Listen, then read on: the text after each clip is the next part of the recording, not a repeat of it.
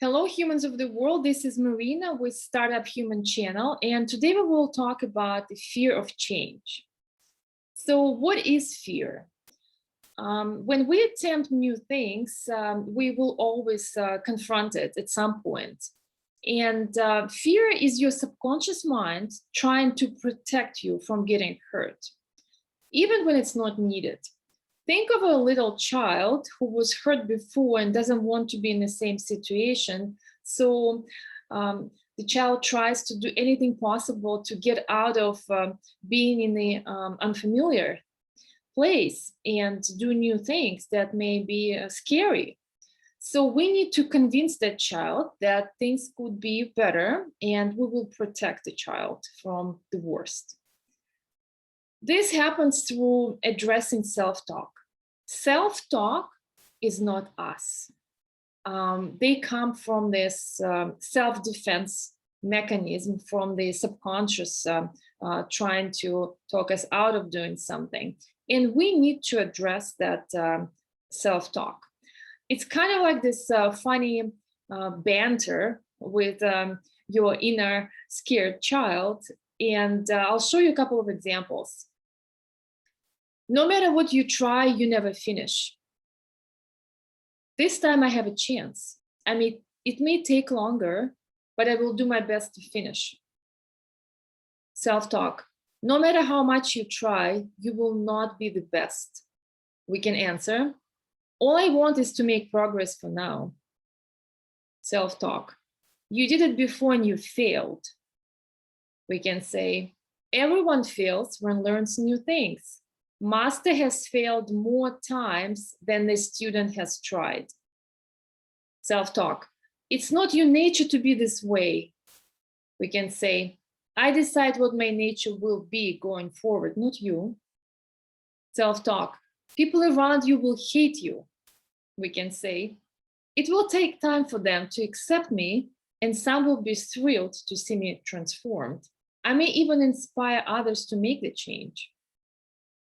Self-talk, it's too hard. We can say, it's not easy becoming a new version of yourself. Muddy shoes for now, but the dirt washes off. Self-talk, what if you do not find a better job? We can say, only by doing something I can change things for the better. And finally, self-talk, it's too late. We can say, it's never late to be happy.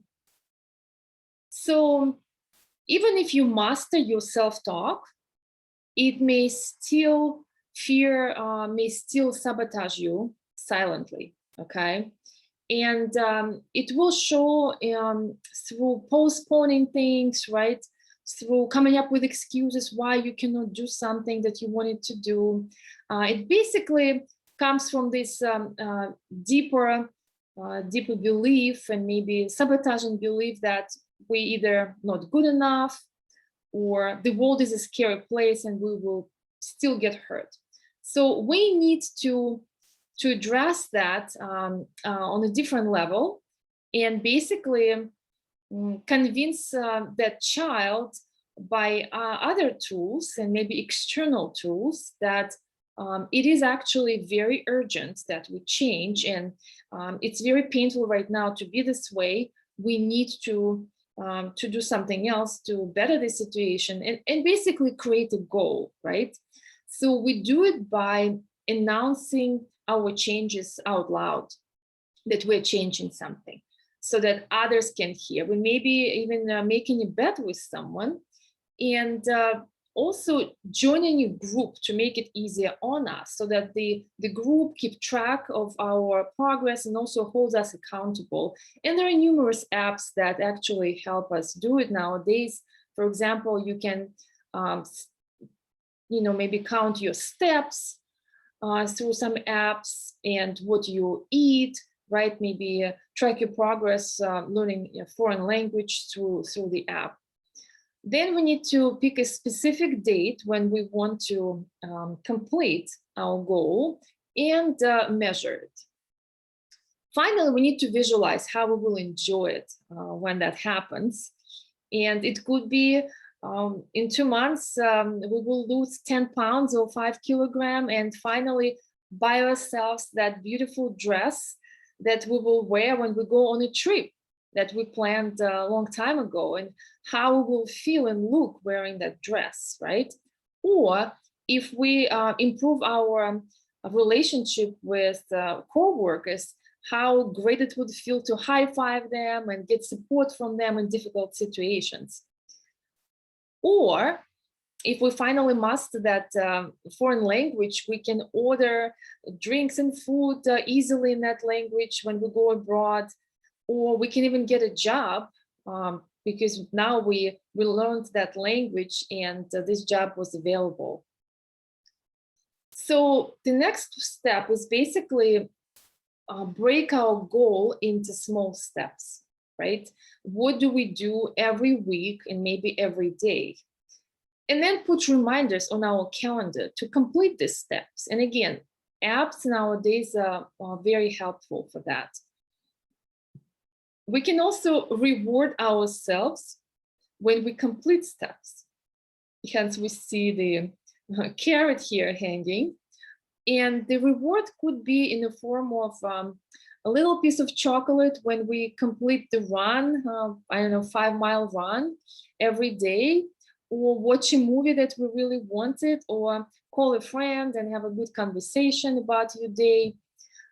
Or you buy yourself a present, little present at the end of the week when you completed the steps, right? And if you didn't complete the steps, remove the reward, right? Or maybe even create some kind of penalty. And that actually what works for the child, because the child will be upset that you're not getting the rewards, the fear child, right? And doesn't want to be penalized. So this is an extra motivation for the child to assist you in completing the goal if you have a really nice reward plan. Finally, I know that some people are really afraid of others, thinking that the changes are no good and criticizing us and maybe not approving of what we're doing. So I want to tell you this. Now is the perfect time to make changes because it's COVID. You can say, COVID got to me. I just couldn't live the same life anymore. It really made me upset about so many things. I was really unsatisfied with my life. I had to make these changes to adjust to the post-COVID world. Otherwise, I wouldn't survive. So no matter how diligent you are and how you try to confront the fear, you will still feel uncertain, and also moments of pain will creep in, and you will see like it's all useless and it's not going anywhere, there's no progress. Basically, this fear of uncertainty and you losing ground because you actually lost the familiar, right? So everyone goes through this step. However, I want to leave you with this image. Sometimes I go to the beach and I watch these series or bicycles with dollies, whatever you call them. And I see people in them so happy, laughing, cheering, enjoying everything around. The interesting part that these series do not have a motor. They're not electric. You have to pedal your own surrey to get somewhere, to enjoy yourself.